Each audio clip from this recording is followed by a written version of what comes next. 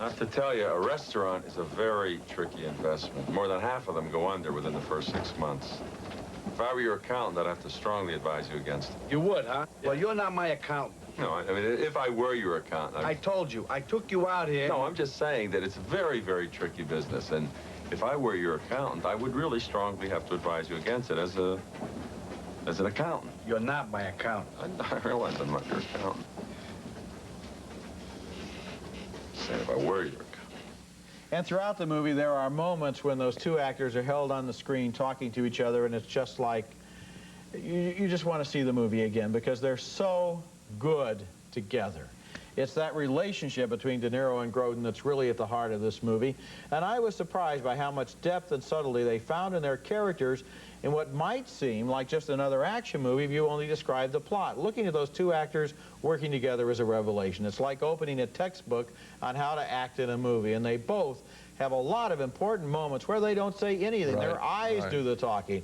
Their reaction does the talking, and a subtle reaction, too. The story of Midnight Run is basically a formula, but the result is completely original and surprisingly touching. Yes, I found it too. You know, there was a film called Planes, Trains, and Automobiles, in which John Candy and Steve Martin had a similar kind of relationship. But this is, that's sort of now, you give that one a B maybe. This is A+ material in the same way of two different kinds of guys going off on a journey through different planes, trains, and automobiles, as it turns out, and having a far more deeper relationship, fully actualized. In addition, it's also thrilling. I was very interested if they were going to go off the deep end and make it too much of a personal story, but then they managed to get back and make it exciting. Then they make it funny. Then they make it warm-hearted. Script by George Gallo, who did a wonderful film called Wise Guys that we both liked, directed by Brian De Palma.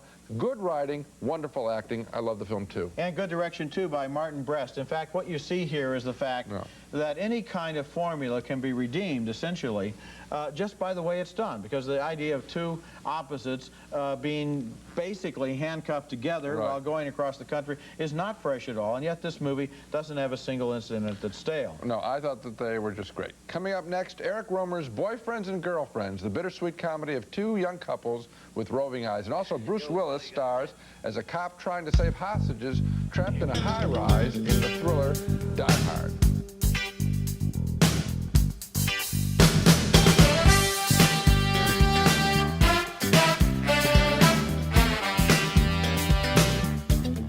Okay, so Midnight Run. Now, yes, here's my official introduction. We're back for Fine Movies, Fine Spirits, or is it Fine Drinks? I forget what the name of the podcast is. Fine Movies, Fine Spirits. Fine Movies, Fine Spirits, and we're back with another fine movie from 1988. Robert De Niro, Charles Grodin, Midnight Run. But I'm not alone. Once again, I'm joined by Mr. Chris Morris and Mr. Dave Corsetto. Thank you. What say you? Thank you. Tonight I'm drinking a night shift for my opening beverage, a night shift 87, which is a classic, my favorite IPA. My opening beverage for the pod, but go. I am drinking JD tonight, just on some ice, actually. And is that acceptable, Chris? Yuck. Is that acceptable or no? You do you. For me, I'm good. I've got a Fresca. Just popped the can open. Very underrated.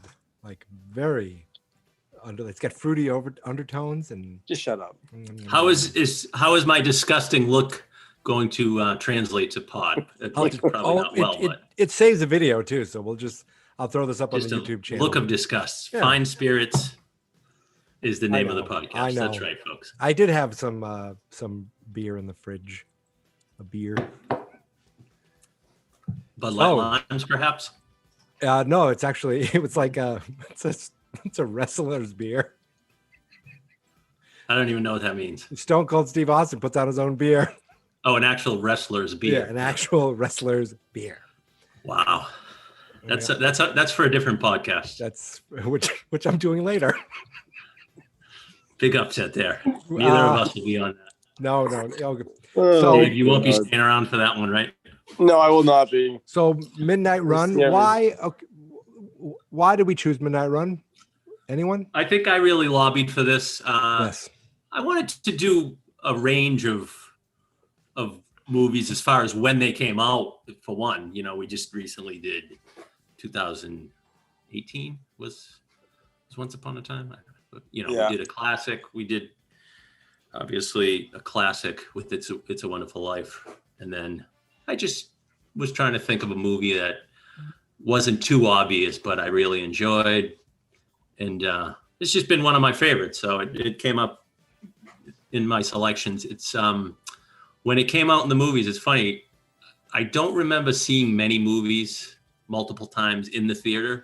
I mean, you would think like Jaws. Obviously, I saw in '75 when I was 5, and then I saw when they did a release in like 1990 or something, or probably 95 in the 30 years later. Or 30th, 20th. So whatever. But for some reason, I remembered I saw Midnight Run twice in 1 week, after it came out. And me and a couple buddies really. That happened to enjoyed me. I saw Candyman twice in the theater. I went once with my brother, and then Dave wanted to go, so I went again. Not the same. Yeah. When's that on the slate? When's Candyman? Never. Don't I get a move? Don't I get to choose a movie? But here's my question though: when does a 1988 movie become a classic? Dude, we're old. It's 30 plus years old, right? It's 20. 30, yeah. About 5-10 years ago. That's when. Right. When you start seeing 25th anniversary. I mean, Goodfellas is a classic. It's a classic. Came out 2 years later. So crazy. The interesting, I was looking at this on IMDb, looking at De Niro's filmography, and I'm almost positive because I think I saw this when it came to home video. This might be the first Robert De Niro movie I've ever seen. Wow.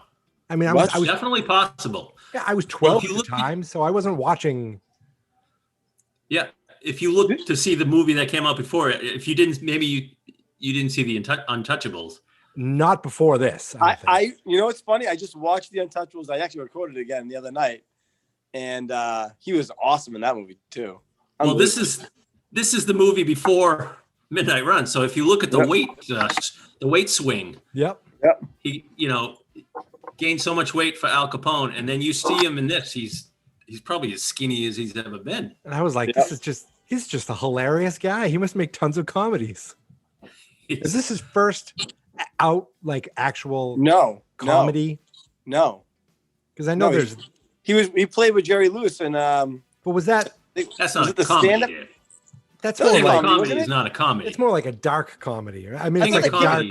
I thought the King of Comedy was a comedy. No, it's not. He's like obsessed. It's funny. There are funny moments. He's fantastic. Oh, wait a minute. What's the superlative of the night? I got to write down. So that's one fantastic. So I'm gonna. That's it for that. That's it for that word. Bing. I wish I had a bell sound effect. I'm gonna have to mix it up. But yeah, King of Comedy, not funny. Well, I should say King of Comedy, not a comedy. Isn't almost like I've heard them say Joker that just came out was kind of a riff on King of Comedy, but now De Niro playing the. Yeah, it's the same type of deal with him playing the host of the show and having him on there. So definitely had some a call out to King of Comedy, and we're not here to do Joker. No. But I actually saw this movie first time in Cox Lane from your suggestion, Chris, I believe. Probably. Because and I remember watching it and just thinking, oh my God, this movie is so friggin' hilarious. I think honestly, I think Grodin was unbelievable in this movie. I think he was like the chemistry. I mean, we'll get into everything obviously, but my favorite part of the movie and most people's favorite part of the movie is just when they're together. Yep. And both of their lines. The amount of Charles Grodin not being intimidated by him and just asking questions over and over.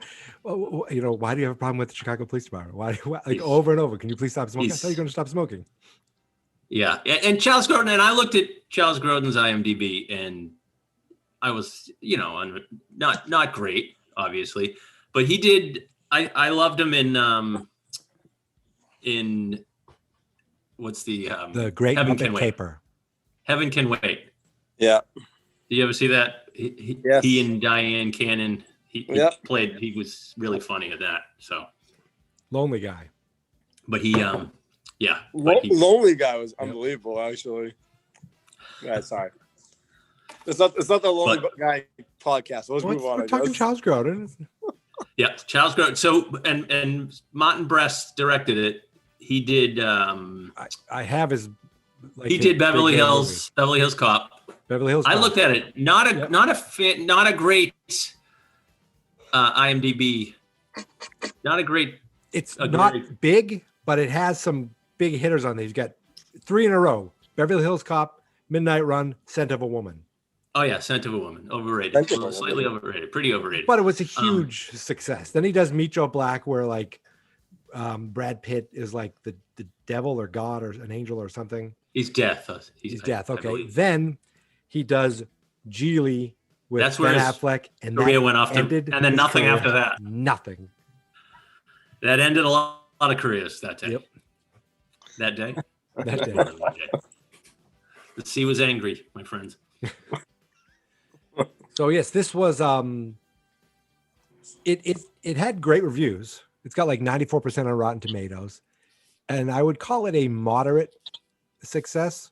I mean, worldwide it made $81 million on a budget, at least according to what I found, a budget of $30 million. Would it be considered a cult classic or no? Too mainstream for that. A little too mainstream. It feels mainstream. I don't know. Yeah, it seems a little mainstream, although I was disgusted to talk to 2 friends at work yesterday and told them about this, and they weren't even aware there was a movie, Midnight Run. Wow. Like what is the age of these people? One is older than me, and one is a few years younger than me. Just disgusting. That's unacceptable. Just sickening. I'm not going to call them out by name. It was They know who But they I are. should. it was successful enough. I don't know if you realize this, to spawn 3 sequels. What? I did know, and wasn't there a TV show?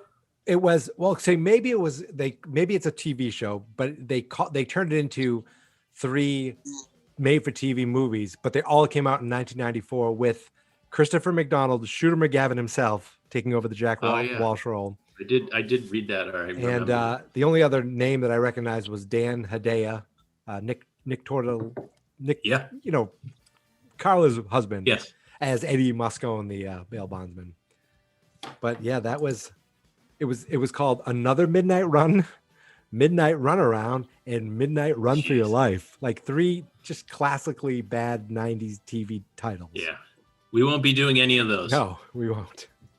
But it's funny, you see this type of movie they don't make this type of movie anymore, right? I mean, they're not gonna, just this genre, and they're not gonna have a budget. They're not gonna make money, so they don't make this type of movie. You know. I mean, this movie Bottom was line. really, it's all about the chemistry and the dialogue. It's not like big budget. So, Well, I mean, they did have helicopters blowing up and a car crash. Well, yeah, car crash scenes and yeah. And I read some interesting things about car chase. their chemistry, and that the writer, wrote it, and the director really liked the idea of Charles Grodin, but the producers were thinking, we should really get a woman in there, maybe get Cher to be recast. I read that too. Have it be Cher, but the director was like, no, he was sticking with Charles Grodin, and I think it was like Paramount Pictures dropped out and someone else came and picked it up. I don't know. It couldn't have been Universal or something. It couldn't have been better with Cher. Right. And I saw there were so many names that were I don't know how accurate IMDb is with this stuff, but so many names listed as far as Robin Williams, Harrison Ford. Oh, Robin Williams, I definitely, yeah. I think he actually remember reading tried that, out or reading that. auditioned or something. Who was that? Robin Williams. I think he did almost looked into it or read for the role. I don't know. He would have been too zany. Yeah, I don't see any other character besides Charles Grodin in De Niro.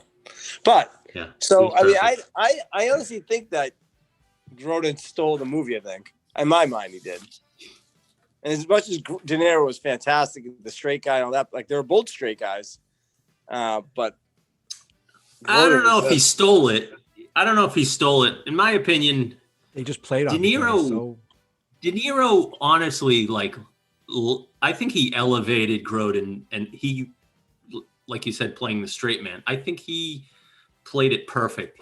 He basically, I just think he formed the chemistry, if that makes sense. He kind of played off of Grodin perfectly. Grodin was obviously, chemistry was great, but I just think it was De Niro was the key element. And, so I don't know about, but Grodin was fantastic. I read that Grodin was spectacular. Ding. There was a lot of improv as far as like different scenes, like the. Don't. Okay, so let me ask you a question. Well, we're gonna. Was it improv when Charles Grodin asked, if he's ever had sex with an animal? That's exactly the moment I was going to say. Like a chicken. There's chickens running around your passage with chickens. I'm like, I was laughing my balls and you off. can see De Niro kind of like tickled by it. Like he was laughing. Yeah. De Niro with first with the straight face. So that's the scene where so De Niro wasn't talking to him. He was mad at him. And then Charles Grodin says, Jack, have you ever had sex with an animal? And then he says, those, a couple of those chickens. And De Niro said, De Niro finally says, I don't know, a couple of them. I might have taken a shot at a couple of them. So good. Laughing uncontrollably out loud by myself in the room. Oh, I'm glad you were on board, Jay. I didn't know you were. I don't know if you were in. I forgot if you were as much a fan of this movie as I am. No, I love the movie. I really love the movie, but I haven't seen it probably in like 10 years. And I tried watching it when I had COVID because I was just streaming everything. And I couldn't do it. You just couldn't enjoy it. Greg said the same thing. You just couldn't get into things. You couldn't enjoy it. Nope. So I just the movie right out of the gates, you got very 80s. Well, they have the cold open. De Niro. It's constructed so perfectly. Like just now you know who he is, what he's doing. You see he's got his rival. You get the score. Do you know who is the Danny composer? Elfman. Danny Elfman. And very, very un-Danny some Elfman. Some of it was very dated. You know what I mean? Like when you hear this during the scenes, but the score was fantastic. Damn it! Right. Mm-hmm. It was just so good. Just like the main theme song there. You know what I mean? The main theme song. I can't. It was that slow start, and then there was like a punchier version when they're getting chased by the helicopter and stuff. He's not John Williams, but great job for this. And then right out of the gates, you get F-bombs galore. Mm-hmm. And what De Niro takes him to jail after he shoots at him, and wait, is that the first time? Does Marvin's there, right? Marvin's there the first time, knocks the guy with his car door. Jack says, "Look," knocks him out. We're gonna have to talk about all the people that are knocked out so easily in this movie and the concussions they must have suffered. This had to have a long-term effects on, especially Marvin. Marvin getting pistol whipped on the ground, getting knocked out at least 4 times by De Niro. When he gets knocked out on the train, I rewound it like 3 times. It goes, "That's enough out of you." He just hits him right in the face. But he's got to say, "Hey Marvin," and then he punches him. He's looking that, and that actually, I didn't realize. How do you keep falling for that? That was a setup for the whole movie, because at the end he said, "Hey Marvin," he wasn't buying it. That's right. He would not fall for it. Finally, not falling for when it it was real. Hey, can we all agree though that the actor that played Marvin was incredible in that movie too? He played that so well. Well, I have a list of my favorite, supporting characters, and Marvin is at the top of it. Marvin, who plays him? Mikey, do you have that? John I forget his name. Yes. And he passed away a while ago, right? Beverly Hills Cop. I thought he did too, but he's still alive. He is? They killed him off on, he didn't want to do Beverly Hills Cop 3, I think, so they just killed his character off. Oh, really? Well, I thought he passed away. Okay. That's good. So Jack brings his first. Yeah, Jack does a great job. Jack gets his first bounty, brings him to the cops, and the cop says, "Did he give you any trouble?" And he goes, "Did you give me any trouble?" Fuck you, man. Hey, didn't give me any trouble. And the cop says something to him, and he goes, "Fuck you too." De Niro with the great look on his face, gets his cuffs back. You like him. You like him automatically. Like I said, I think it's my favorite, my most likable De Niro character. I don't know if Jimmy is probably my favorite De Niro character. But it's not likable, obviously. But my most likable De Niro character is Jack Walsh. He's so great. He was fantastic in this movie. Not too funny unless you wouldn't think you would think he would be kind of humorless, but he isn't. He's like, I suffer from aviophobia. He's like, you're gonna suffer from fistophobia. Yeah. It's his facial expressions throughout the movie too. It's the classic De Niro facial expressions that actually says it all. Yeah. Well, his acting, not just. Right, he does a really good job with his daughter in the scene with his daughter, and then with the scene with Serrano, which we'll get to.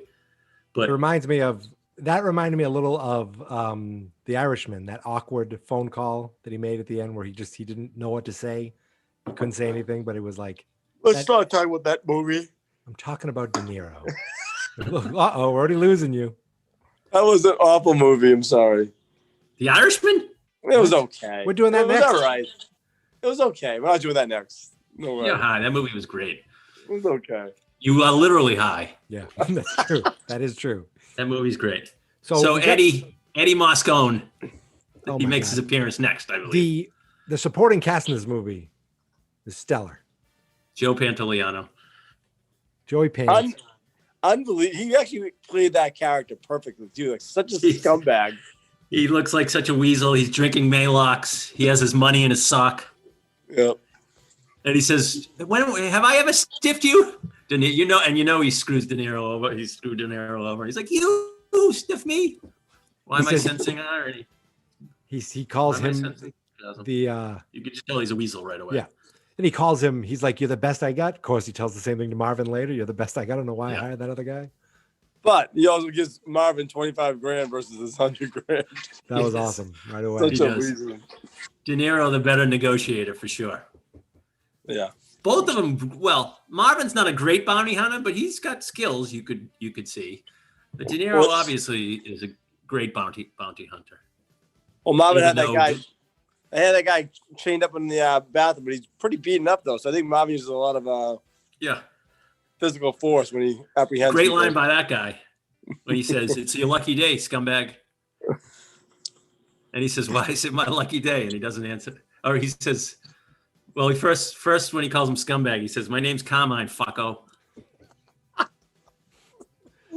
then he's like, "Why is it my lucky day?" Just that's hanging. When he cancels. Hanging. Yeah, that's when he cancels Jack's credit card. You better go ahead and cancel that card. That was smooth. Good job. Right. Good job. So I love when they say the name of the movie in the title of the movie in the movie too. It's just a midnight run. I go, they said it.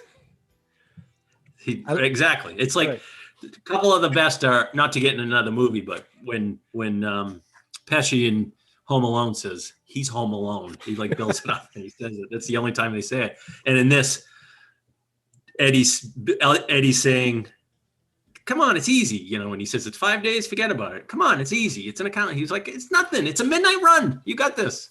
This kind of had like a planes, trains, and automobiles. Yeah, it was a road. That's funny. Movie, that's right? literally that's what Cooch said. My buddy Cooch. Yeah.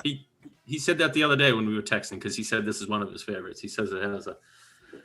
Is Cooch listening right now? What's that? Is Cooch listening? Hi, Cooch. Just he will be eventually, yeah. Well, I mean, he can't listen now. I mean, he's got to for now, but it is now for him. Well, I mean, he still hasn't finished. He's listened to Pottersville, but he's like, I still have to listen to the finale. Oh God, Mikey, what did Pottersville get up to? It was like 1,000. Was it 1,000? Yeah, we cut up out of 5. We cut it into what, 5 or 6, and 5. Got 1,000 out of it. Yeah, and then the next one got 50. But hey. You know, It's not about the audience, Mike. It's about the love for the pod. Exactly. Believe me, I know that. Okay. So then we get Alonzo Mosley, Oh my God. Yaphet Kotto. It's funny. Right before, like maybe a couple weeks ago, I just watched him in Alien. Oh, you had seen that? Yeah. I hadn't seen it in a long time, so I rewatched it. I read that he hated Martin Brest had like so many takes. I read that. I guess he was sick. He had the flu or something, and he Yep. was sick during the filming. He said it was he just had a miserable time, and he didn't think it was going to be funny at all. You know, Right. I read the didn't- quote where it said like the parts that I thought were that they were supposed to be funny actually ended up being funny, and then the parts that I thought were supposed to be serious ended up being even funnier. Yeah, he said as soon as he saw it, he liked it. Like, Yeah. he didn't. Good job editing, but but yeah, he's great. Just the looks he gives his underlings when they keep making stupid comments. He must have taken your Sure, I your believe he wallet. has your ID. Yeah, right. I'm He sorry. just what? looks at him. Yeah. Now, okay, why was the FBI trying to get him too? I'm sorry. They wanted to testify. Oh, that's right. Okay. They wanted to. They want to get him into witness protection and testify. So why didn't he just do that? I know it's a movie. because he now. knows he figures he'd be dead, which he almost was. I mean, they almost got him, and Yeah. Well, he literally says, I'm not going to, when Jack says witness protection isn't too bad. This is, much later after they're on the train. Stop yelling. He says, don't insult my intelligence. Don't insult. He said, Serrano's going to kill me long before I get into witness protection. Yeah. Please just don't insult my intelligence. is that when he said, "I hope it's a nice coffee shop"? I forget. So De Niro, so De Niro has the line. Are those sunglasses government issued? Or you guys all shop at the same store? That was a great introduction between the two, actually. They Two? just came up- That scene, that was so good. Oh yeah. everywhere Just the Jack was same- going. Yeah. And then they couldn't figure things out. He figured it out like nothing. Like I said, great bounty hunter. He Yep. does the thing with the phone, with the telephone company. He calls the friend of theirs. Yeah, first he goes to he goes back to the police station to look at the booking slip of him being arrested with the one phone call he made. Takes that number, goes to New York, makes the phone call that allows him to bug the phone, and then goes back and waits. Yeah, and records and waits for the next phone call, which then he hears the dial tone, which we don't get that nowadays. And the dial Right. tone, he's able to know what the number is. And it's like this movie, at least with this setup, couldn't exist like this. Yeah, exactly. Well, right. Yeah. There are lots of payphones in this movie. Yeah. One of the best scenes is on a payphone. When he, One of my That's my favorite favorite scene, scenes I on think. I think we're all talking about the same thing. We'll get to it. Yeah. Yeah, We'll get to it. One of my favorite scenes. But right away, De Niro's telling him to shut up, right? De Niro's taking him to Yep. the airport. Yeah. And he says, I've known you for 2 minutes already, and I don't like you. He says, gee, I really like you or something. Yeah. Yep. That's too bad. I really like you. Great line. He's So like, I can't fly. He's saying it, and he seems. You gotta love the believable. smoking on the airplane. And Oh my God, smoking everywhere. Yeah, That's De Niro's so- smoking everywhere. But Smoking in the car with windows up. Oh God, it just brings me back. De Niro's so funny. De Niro's so funny on the plane before he pulls his act and the pilot comes down. De Niro's all excited. He tells him to order the lobster. Could order the Finest steak. champagne. Yep. Come fly with me. He starts. He goes, "Ooh, these people, they're like a different class. They're your class. Maybe they're all embezzlers." That made me laugh. And he's just laughing at himself. Yeah. Excellent. Oh, that was a good line. Yep. Then the Duke smartly pulls his act and gets him kicked off, and then they are on the train. He's like, "What are you smiling about? What the fuck you smiling about?" Yeah. I But love first to of all, travel by train. But he was in the bath. Then he put us in the bathroom. He Yeah. was stuck in the bathroom. Yeah. He goes, "This is your room. This is my room. Good night." And then they're on. Then we see the FBI. Everyone's always one step behind them. Yep. The FBI. And then I think are you guys all named Mosley? Yeah. Look at the- But first, he gives him a. They eat on the train. He gives him a hard time about the tip. Was that on the train? Yes. Yeah. Where he knew right away that it was 13%. That's how smart he is, just by. You could tell Grodin's great with the people. Obviously, and then the facial expressions that he has with the lady later on when they're buying bus tickets, right? Oh, he's like, yeah, right. But Oh, I'm sorry, Chris. That was actually a fantastic scene with Grodin. Hilarious, because that's when his cow is getting declined, right? Yep. Yeah. And he's shaking his head. He's shaking his head. And he's rolling his eyes. And she's like, that's not the name on the. But that was a laugh out loud moment. And there was very little words being said, but Yep. I was laughing my ass off. Oh, it was great. And there was a good conversation with them while they were in the dinner cart, and De Niro's eating fried chicken, and he's saying, "Why would you do something bad for yourself?" And he goes, "Well, you took $15 million." He goes, "Well, I didn't think I'd get caught." He goes, "Why would you do something bad for yourself?" And he goes, "It helped a lot of people." You come to realize that he's not a criminal at all. Right. I mean, Why are you spoiling it, Mikey? This is just the middle of the podcast. dude. What about the end? Right at the end. We're not there yet. If people haven't seen this movie yet, that's too bad on them. But and you didn't spoil that yet. He was saying that right in the Exactly. You know that's and De Niro can't understand why he did that. You lied to me first. But so wait a minute, let's see. And finally, okay, so we see one of the other great characters, Dennis Farina. Yes. He's really menacing. To me, this is what I know him from mostly. Well, this is perfect role. Right. Well, he was on Miami Vice, and he's on I forget that cop show. He was on Law and Order for a while, yeah. He did Unsolved Mysteries. He took over. Oh yeah, Unsolved Mysteries. I'm trying to figure out which guy you were talking about. You're talking about says, Dennis Farina, Jimmy Serrano. Jimmy Serrano, that's right. Says moron number one, put moron number two on the phone. And that's what he says. If you guys don't start getting involved more with your work, I'm going to stab you in the heart with a fucking pencil.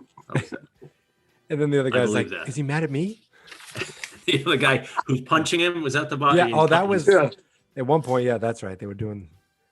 Those guys were great too, just kind of doofuses. And then so it's great.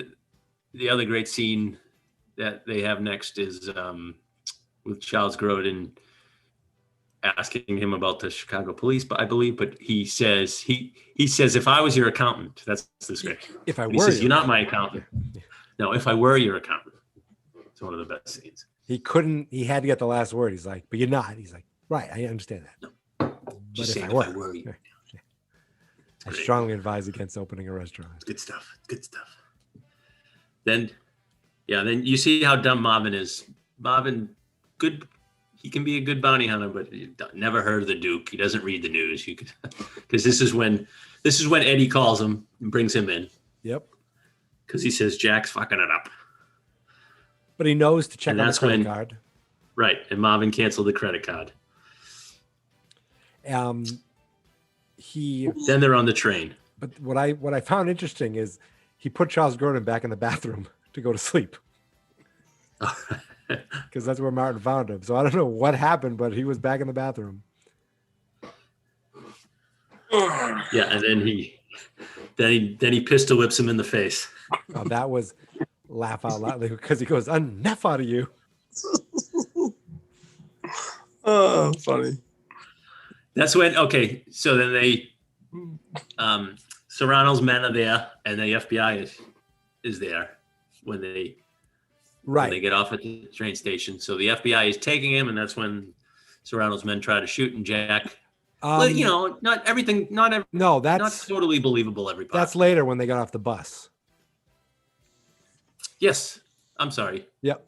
Yeah, so what happens now is they they get on the train, and that's when he goes, I'm looking for Jack Walsh, and the guy on the train goes, his real name is Mosley. He's Oh, like, yeah, I'm yeah. Mosley. That's when he screams at him. And that's when they go question Marvin at the police station, and he steals Marvin's cigarettes. Oh, but Marvin. Oh, right. Okay. That's why Because got Marvin, arrested. they left Marvin on They the turned on the Marvin train. in. He got arrested. Right. He goes 1, 2, 3, 4, 5, 6. You got the whole fucking force here for me. Yeah. Then they're right. Then they're on the bus when they stop Right, the so- bus. That's when, Yeah, so I think that's when they call in. we can edit this out. We have seen this movie. Oh yeah, I watched it today. No, then he calls into back to Eddie, and that's when the other guy starts listening in and passing on. That's how Jerry. Right. Jerry. He's a jackass. Everybody, he's gonna go get some donuts. Gonna get some donuts. Celebrate. He gets his dime back in the phone booth too. He was all Donut time excited. too. His- Yeah, His lucky day. yeah. But that's later. But So yes. So then they stop. They are there for the bus, and that's when Serrano's men try to hit, and then De Niro somehow sneaks him out, and they get Mosley's car because he has all the records. They left it in the car yeah, Yeah, but that he saw that hold Eddie's on, though. place was tapped. But like, why? How many gunmen do they actually need on top of those freaking roofs to shoot one guy? right. There were 3 There's of like them. I think? 5. Oh yeah. And then how did no one see them when they're walking out of the bus? I know they were like know. right. Well, no one would have thought to look up. Oh, they're right. I in don't front know of the us. logistics of the. Yeah. There's 5 gun assailants up there waiting to take a. Yeah. take People a, didn't I don't look know if up they were much 5. in the 80s. I think they were about 3. They had the most 80s haircut. I think they had jean jackets on. They were. One of them had a vest. Hitmen, yeah. They were. Yeah. Yeah, so Jack leaves That's when- the, that's the when he- sunglasses, Yeah. and that's when they take the taxi to go to his ex-wife's. Right. Which is really a good scene. Great scene. De Awkward. Niro really does some good acting. Mm. Yep, and even like the wife was really good too. Like it's not like she's like, "Who is this? What's going on?" Or she's like, "You're all over the news. You're in a lot of trouble." The daughter seemed to be completely perplexed when he came there. Like, why did he not talk to her for 9 years? That's what he said. He hadn't seen her in 9 years. I don't guess. know. He He had talked to her, but she wasn't mad. She wasn't pissed off at him. She actually tried to give him She was $140. sympathetic to he's him. out of the loop. Yeah. No, that was. He couldn't take it. He couldn't take it. That was a good scene. But you would hope he would. You would hope he would keep in touch with her. All right, I maybe I'm losing it. Did they talk? They talked about that at the end, right? No, No, no, There was but I nothing- assume. there was nothing that they would go back and talk about the daughter or. It's No. understood that you think maybe. Right. He obviously took the 300 grand, went back and opened a little coffee shop in Chicago, and she works there. Exactly. She got like a little flower on her nose, and he's like, "Oh," and they're having fun. Had her captain husband killed, and then Yeah, obviously, and got her. But Come that's back. yeah. Well, I don't want to. I'm jumping ahead, but De Niro. Yeah, De Niro's lines were great. They were. He wasn't holding back. Oh, it's a big Oh, no. night. What is it? Payoff night? yeah. So I don't have But- any bribe money. But he was Right. still holding out hope for her, though. Oh, So yeah. he still loved her. You know. He was. Hmm. So That's- then, Yeah, they take the car from. They take. That's what the hell happens from there. Oh, they lose the car. I forget what happens at this point. wait, what a great underrated line scene that I forgot about, and I usually forget about, is when they're at the house and the little kid says to the Duke, he says, you're a criminal? You don't look like a criminal. He says, I'm a white collar criminal. Right. It's just the way he says it. He says it quietly, the way Gruden talks in that, I'm a white collar criminal. It's great. So They take the Mikey, station wagon. Mikey, they take a car and didn't they go to like a bus station again, or they went to like a small town, right? No, they went to a small town, and that's when they went to the coffee shop. Well, we know we know they go to a phone booth because the phone booth part is next. Oh, that's right. They have to lose the car at some point. Like I don't. They did. Yeah, I don't remember. At the coffee shop, they did. This is when he calls. This is when he calls Eddie though. yes. And he says, "Yep, don't stop with me. I swear to God, I will shoot him and dump him in the fucking swamp." And then he gives the shake of the head. He's like, I'm just kidding. Yeah, My favorite scene. That was great. Yeah, that was a great scene. And then he was, but no, then he was warning that the people were like listening in. Right? Isn't that Yes. the scene where he's, Yeah, that's also the same part. He says, I'm in Boise, Idaho. I'm in Casper, Wyoming, in the lobby of a Holiday Inn wearing a pink carnation. He goes, let me try to spell it out for you. Down the street, there's two guys. And the two guys look at each other. They haven't showered in days. They're constipated. coffee breath. Coffee breath. That's great. Oh, such a great scene. That was a classic De Niro scene. Oh wait, yeah, that was after he says your phone's being tapped. I'll call you. Yeah. That's when he calls them at the Chinese food restaurant, and they just scream at each other. Oh wait, no, that's not that time. Never mind. No, it was. Oh, because he was screaming at him in the FBI. He was swearing at him in the FBI place. Yep. Yeah. He's screaming at him when he calls in the FBI and he comes up with the idea. That scene is great when he's caught by the FBI when we get to it. Yeah. But okay, so let's see. Marvin comes over, knocks him out. When does Marvin? So somehow Marvin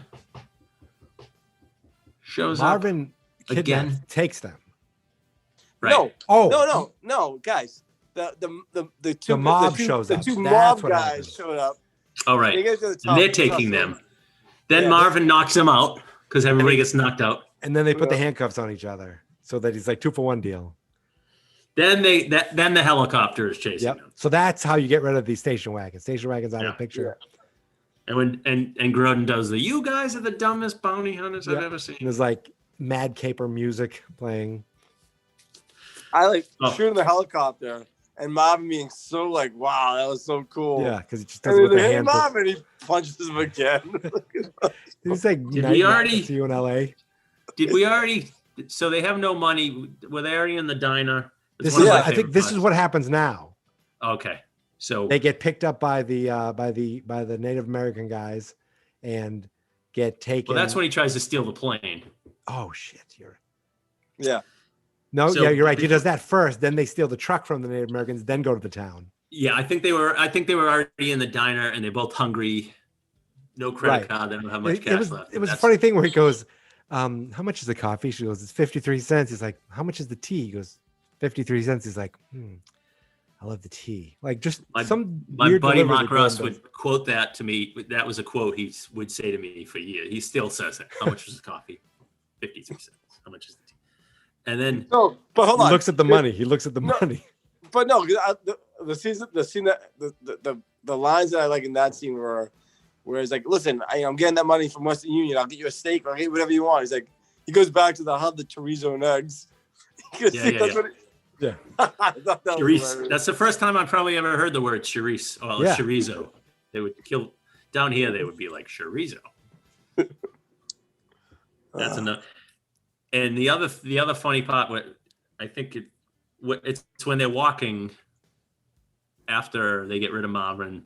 They get rid of Marvin after the helicopter. They're walking, and the Duke is talking about a lot. He's quietly talking very seriously about. Have you ever heard a dish called Lyonnaise potatoes? Do you remember that scene? It's like the potatoes. And he's describing it perfectly. And I used to have it as a kid. Most people never heard of it or haven't had it. Have you guys ever had it? No. But he's describing it perfectly. There's chopped onions in it, and it goes good with chops and beef, and it's just so funny how he's describing that.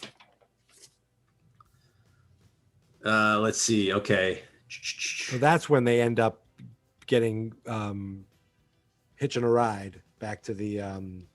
Yes, exactly. They hitch a ride. Yep. He steals the plane, knocks him out again. That stuntman just missed getting run over by the back wheel of that plane. Oh yeah, I think I remember that exactly. But Sorry, That's when you get take the, you this out. lied to me first. You lied to me first. Because I didn't Yeah. lie to you first. You lied to me first. Yes, but you didn't know I lied to me. Right. So you found out after. So technically you lied to me first. Exactly. And that's when they steal the truck. And Charles Grodin's like, you can't just take the truck. He's like, you're right. Here, take their watch. Their watch is worth a lot of money. Oh, and then they want to get some money. So this was another, what I read was this scene was improvised too. This litmus is test. obviously one of my favorites, and I quoted this and still quote it for many years when he lets Grodin take charge, and he questions everybody. Great questioning. He says, "Is your name Red?" Right. He's You have do you brown dye hair. your hair? He goes, right. And He then- goes, no, my last name is because my last name is, it's because of Redwood. Oh, right. Yeah. Yeah. And then he's the great line where he looks at the guy and he says, "Do you know a lot of suspicious characters around here? Have you seen any suspicious characters around here?" And the guy looks at him and he says, "Do you live around here?" And he does they do the litmus configuration, and the way De Yeah. Niro screws it up, the litmus configuration. It's great. He just, And then the Right. guy's looking out the window and he sees them chasing a train with Yeah. groceries. and that's when, What- Is that when they get on the freighter train? yeah, but they get on the Yep. freighter train, and that's when he tries to give him the slip. Remember back in the dinner car of the train, he's like, I really like you. I feel bad because, Yeah. sooner or later, I'm going to have to give you the slip. Yeah. And he tries to do it. He almost gets away with it. And De Niro climbs over the train.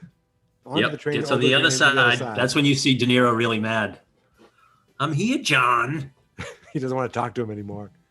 Yeah. And that's when they do the great. Well, first, we didn't talk about the Grodin does the conversation he's having by himself with With Jack. "Shut the fuck up." Yeah. Yep. Like, "Hey, Jack, shut the fuck up." I forget exactly what he says. He's And then basically, yeah, he's then he talking comes how up it with would it. go. "Jack, have you ever had sex with an animal?" It's great. Classic. You're a couple chickens there. And that's when he gets him to open up a little, talk about the watch. Yep. He talked about his wife, right? That's why Yeah, it was a gift from his Oh, it's wife. the wife. Yeah. And he still kind of holds out hope. He's like, And that's when he says witness protection, though. Yep. That's when he said, and that's when he's insulted. He says, "Don't insult my intelligence by pretending." I think that that's, you and can't." that's where Jax has to really kind of change his mind, though, a little bit. Because didn't he at that point say that he knew he didn't know he was working for the mob, and then when he finally did, he started putting all those things on discs so that he Yep. can indict all of them. So Yeah, he thought he was working for a reputable firm. yeah, And that's when Grodin finally realizes Serrano's the heroin dealer. That Yeah. ruined your life. Right. So there's a history in Chicago. Then I don't know if you even noticed this line, but when they get off, Grodin is quietly explaining to him, "See, they have train stops. That's for you're supposed to get off when the trains actually stop. That's when you're supposed to get off. You don't I didn't pick up on that. you don't hurl people off them." Yeah, that's what he. It's great. when did they start to devise the plan to try to take down the mob boss? It isn't De Niro until comes up with yeah, it. De Niro comes up with it like at the FBI, right? At the FBI. He's thinking, well, so Marvin steals him back. Yeah, Marvin Right, steals the that's dude right. back. yeah. He knocks out Jack with the car door. Looks like he did some internal damage there too. Jack goes to the diner. This is when the FBI sees him. Slides down the glasses. Marvin, he tries to pull the "I can't fly" business with Marvin. Marvin knocks him out. By my count, that's like 5 times that the Duke's been knocked out. Someone check Yep. this guy's for CTE. So De Niro, they bring him in. They're threatening him with, what were they threatening him with? With impersonating an officer. Yeah, Yeah, right. Because he agent, said, he goes, "What's your excuse?" Yeah. Really pissed him off. So that's when De Niro's thinking. he's thinking, he makes his phone call. He calls Eddie. Eddie's the one who tells him that the Duke, Marvin didn't call him with the Duke. Marvin doesn't. Yeah. So he hasn't talked to Marvin. So He says De Niro's Marvin like, doesn't have the "Oh." Duke. He said he last talked to him. He doesn't know where the Duke is. He doesn't have the Duke. And you realize that's because Marvin is double crossing everybody. Double crossing her. Right. So Jack still has the match from the guys. Yeah. He calls them, pretends he's Marvin. So now that's how he knows that the Duke's guys Yep. are have a deal with Marvin, and Marvin's going to turn them over. So that's when he says, I think I can get you Jimmy Serrano. I want to make a deal. Yep. Will you let me keep the Duke if I can give you Jimmy? Yeah. And then Marvin is going to meet the mob guys, but doesn't want to bring the Duke. So he does that plan where he takes the picture with the newspaper. in Thinks the he's so motel, smart. He thinks he's smart. which seems smart at the time, but that was actually It did seem smart. pretty clever by the mafia guy that he figured it out that just by looking at the photo, he figured out where he was because it's written right on the towel. He didn't, Yeah. So Forgot about that. then you get the scene with Serrano and the Duke. that It's is pretty sinister. that's the one moment where you like, because he's been like, a little cartoony, but Yeah. like this is the one where he's just dark. Yeah. I'm here to tell you two things. One, you're going to die tonight. And two, I'm going to go home, have a nice hot meal, and I'm going to kill your wife too. And then he smacks him. Yeah. It's really, he's great. He's obviously great in that role. Yep.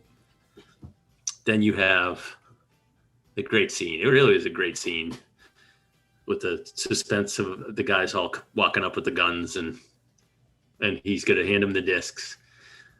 And he's explaining to the FBI agents, like you can Yeah. see on the airplane, he's explaining to them, well, even if he touches, even if he shows up, and you could see Yaphet Kotto's like, Mosey's impressed by all these he's like, things. you really like this stuff. He's like, get this guy a wire, and he's all smiles, like, what are you smiling about? He goes, I feel like a cop again.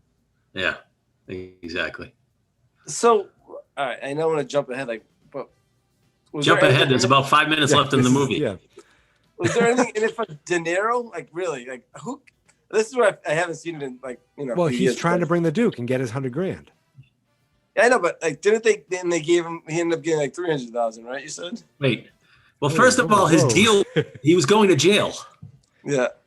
That's true. So making a deal with the FBI that he's going to get the Duke and still collect if he wanted. they've been trying to get him for 6 years. But he's also making a deal that he doesn't have to go to jail. That's true. That, That also. They don't press charges if he can get him Jimmy Serrano. So then, you get this little scene with.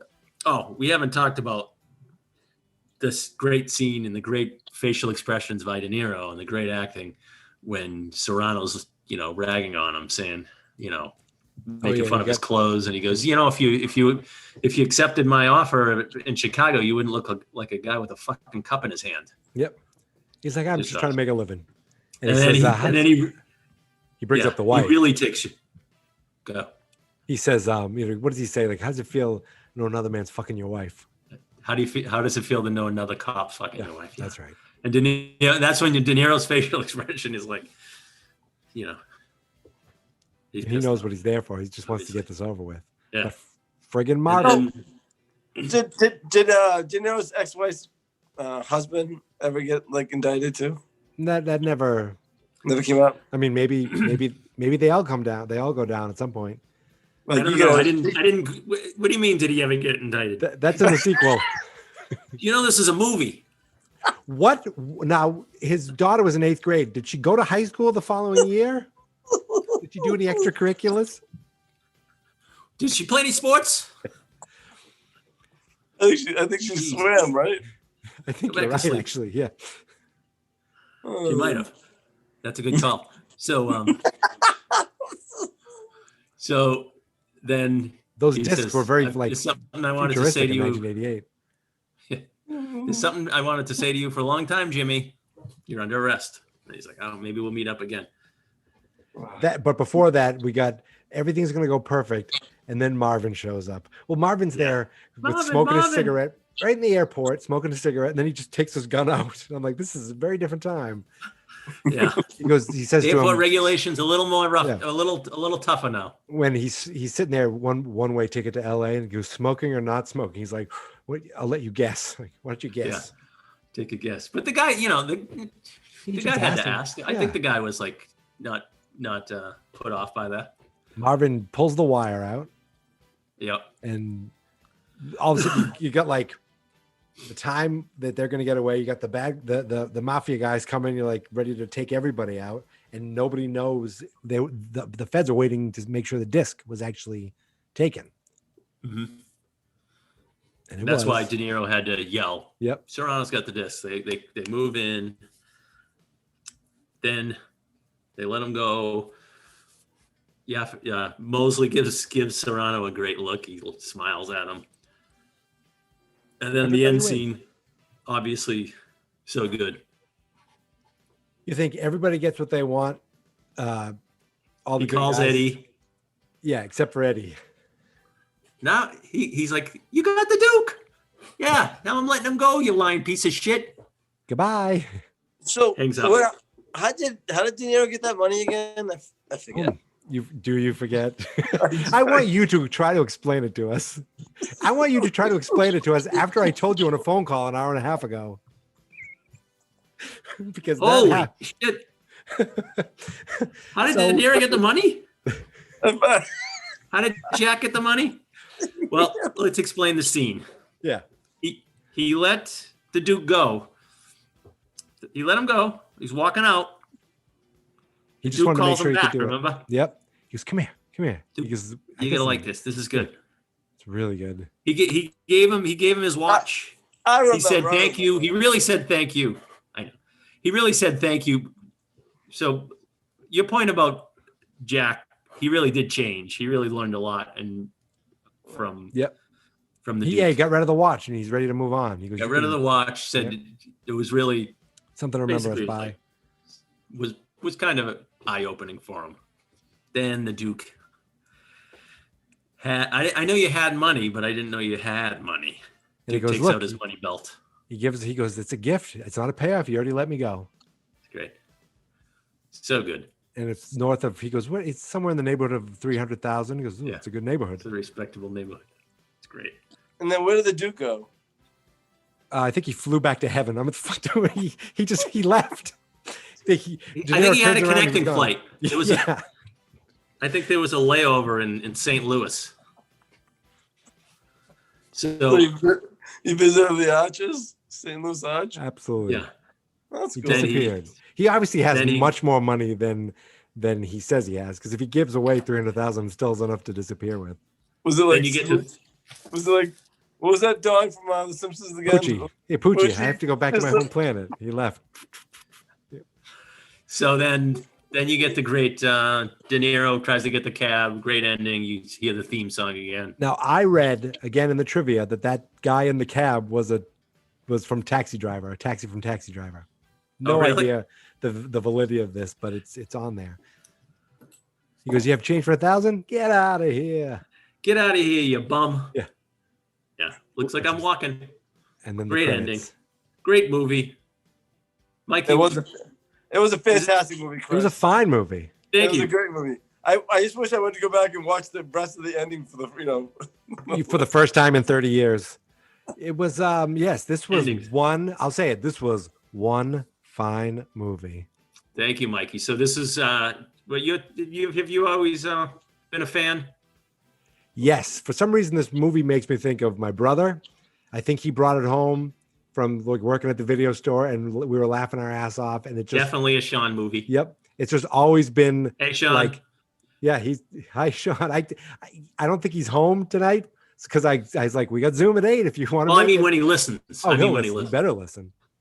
This would have been a better sidekick. Sean would have been a better sidekick on this one than me. We're going to edit you out and add him in. I'm going to call him. Andrew, get Andrew. Can we edit Andrew after the fact? That movie's cool. This movie's rad. I don't know what the kids say. All right. We did it. Everybody, we nailed it. Call it. Time of death? All right. Until next time, when we do another fine movie, and fine spirits and fine gummies, and maybe we'll actually watch the movie. Peace out. Peace. See ya. We talk about great movies while drinking. We talk about great movies while drinking. Yeah, we talk about great movies while drinking. And we feel fine.